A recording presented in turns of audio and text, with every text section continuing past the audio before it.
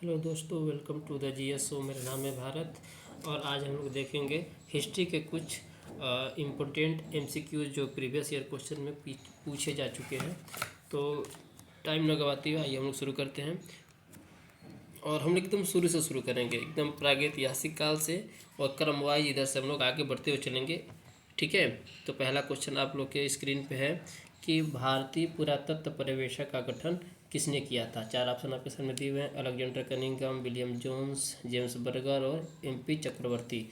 इन चारों में से आप देख के बताइए कौन से किया था। इसमें ये पहला ही ऑप्शन हो जाएगा आपका, अलेक्जेंडर कनिंघम ने इसकी स्थापना की थी 1861 ईस्वी में। ठीक है, और अगला क्वेश्चन आपके सामने है कि मानव विकास के संबंध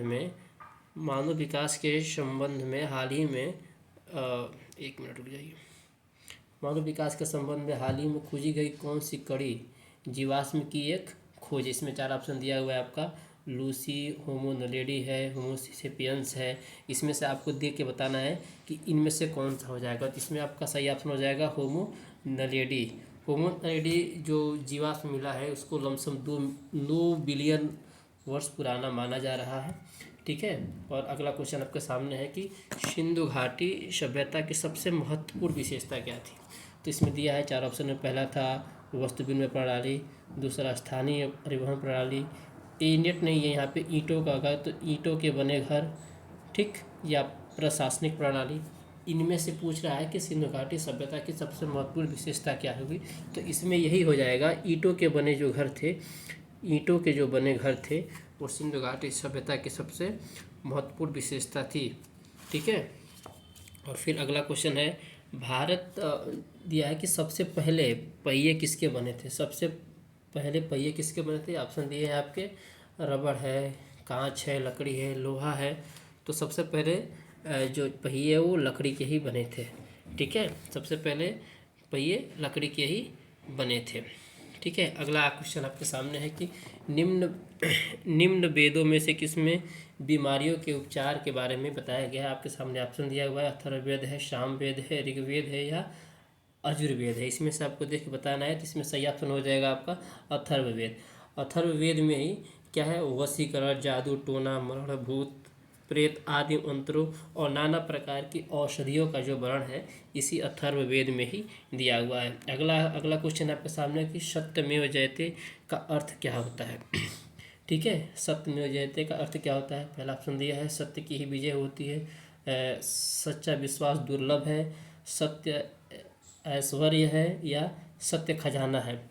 इसमें कौन सा ऑप्शन हो जाएगा। तो इसमें आपका पहला ही ऑप्शन हो जाएगा, सत्य की विजय होती है, सत्यमेव जयते का ही अर्थ होता है। ठीक है, और अगला क्वेश्चन दिया हुआ है कि भारत का राष्ट्रीय आदर्श वाक्य किस प्राचीन शास्त्र से उद्धत एक मंत्र है।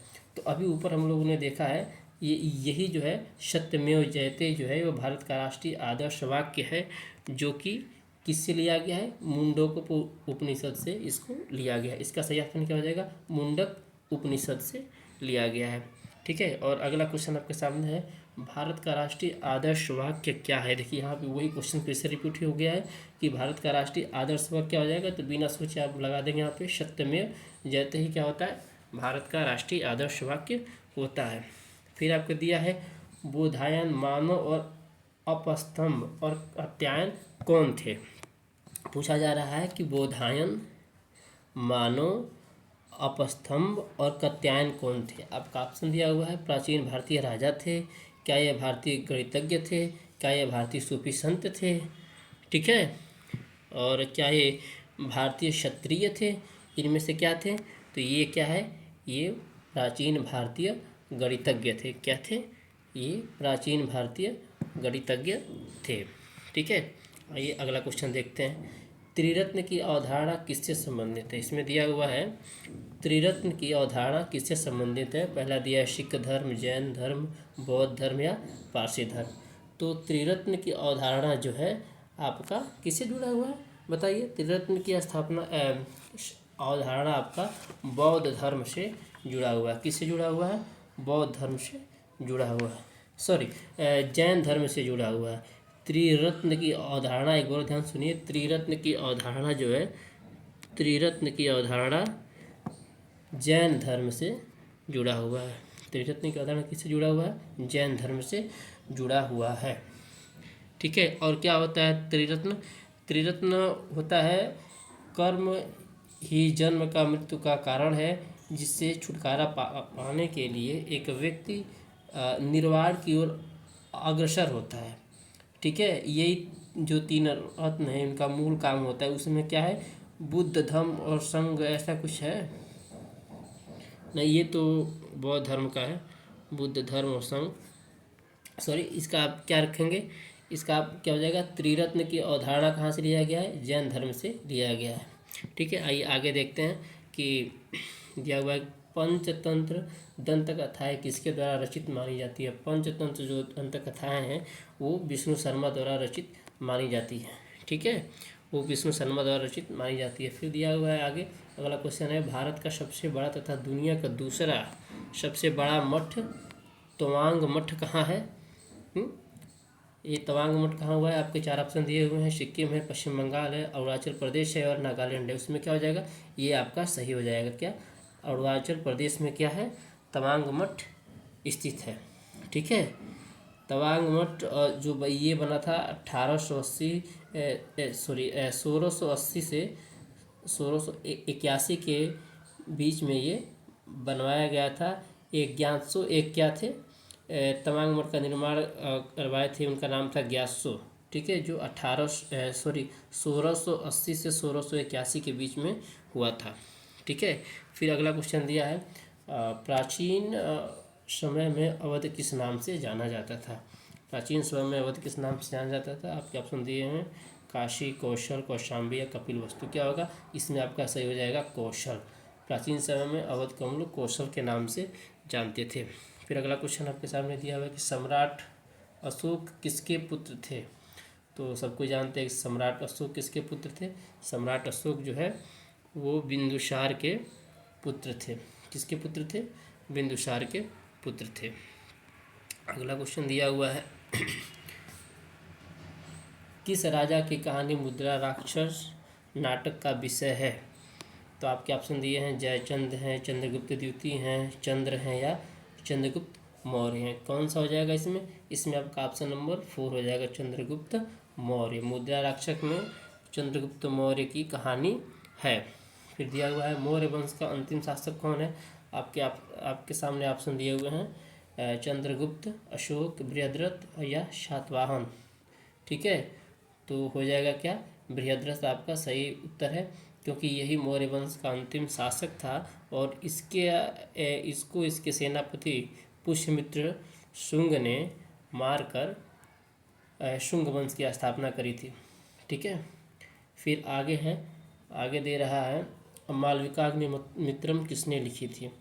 ठीक है, तो मालविकाग्निमित्रम किसके द्वारा लिखी गई थी? मालविकाग्निमित्रम लिखी गई थी, मालविकाग्निमित्रम किसने लिखा था? ऑप्शन दिया आपके, भास हैं, कबीराय हैं, बाणभट्ट हैं या कालिदास हैं। तो मालविकाग्निमित्रम में किसने लिखा था? कालिदास ने लिखा हुआ था। इसमें शुंग के पुत्र अग्निमित्र और मालविका की प्रेम कहानी का वर्णन है। बहुत ही अच्छी ये बुक है। फिर अगला क्वेश्चन दिया है, चरक संहिता दिया हुआ है, चरक संहिता चिकित्सा की कौन सी शाखा से सब संबंधित है? ऑप्शन आपको दिए हैं, एलोपैथ है, आयुर्वेद है, होम्योपैथी है या यूनान है। तो ये एलोपैथ से रिलेटेड है, सॉरी ये आयुर्वेद से रिलेटेड है। ठीक है। और अगला क्वेश्चन दिया हुआ इसमें, निम्नलिखित में से कौन सी गुफाओं की खुदाई राजा खारवेल ने करवाई थी? और आपके ऑप्शन दिए हुए हैं, कौन है? अजंता की गुफा, एलोरा की गुफा या कन्हेरी की गुफा या खंडेरी की गुफा या खंडगिरी की गुफा। तो ये आपका सही उत्तर हो जाएगा, खंडगिरी की गुफाओं का उन्होंने खुदाई करवाया था। और अगला और अंतिम क्वेश्चन है, गुप्त साम्राज्य का वास्तविक संस्थापक कौन था? आपके ऑप्शन दिए हुए हैं, चंद्रगुप्त मौर्य, सम्राट गुप्त, श्रीगुप्त या घटोत्कच। तो इसमें आपका क्या ऑप्शन हो जाएगा? ये आपका तीसरा वाला, श्रीगुप्त ने श्रीगुप्त क्या था? वास्तविक संस्थापक नहीं, संस्थापक तो आपका गुप्त था, क्या बोलते हैं, श्री गुप्त था, लेकिन वास्तविक संस्थापक भी इसी को मान बोल सकते हैं कि यही है, पहला और वास्तविक संस्थापक ही श्री गुप्त ही था। ठीक है, तो ठीक है दोस्तों, धन्यवाद। लाइक शेयर और कमेंट कर दीजिएगा। Thank you. जय हिंद।